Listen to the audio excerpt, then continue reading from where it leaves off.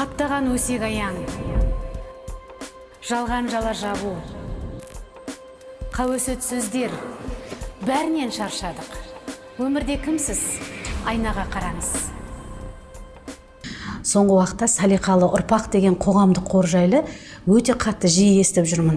Ол мына мүмкіндігі шектеулі жандарға баспана беру, жетім балаларға қолдау көрсету, олардың өмірге қанат қағуына ықпал ету, қаншама қайырымдылық әртүрлі салада жүріп жатыр. Ал осы салиқалы ұрпақ деген қоғамдық қордың сіздікі екендігін білгенде мен таң қалдым. Иә, біз ашқанбыз ондай қорды. Қазір жаңа Меккеге жібереміз, содан жетім балаларға көмектесем, детский домдарға, соларға бәрін көмектесіп тұрамыз.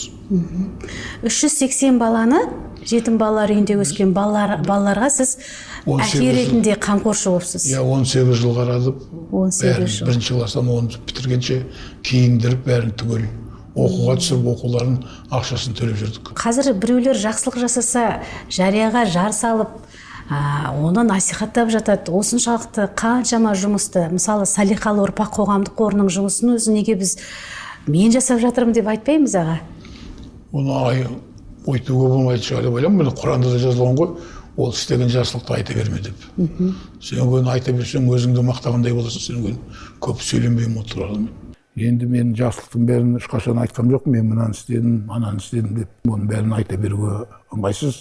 Ел енді қалай істеді, білмеймін елдің енді. Әркім аузында не болмайсың ғой, қақпақ.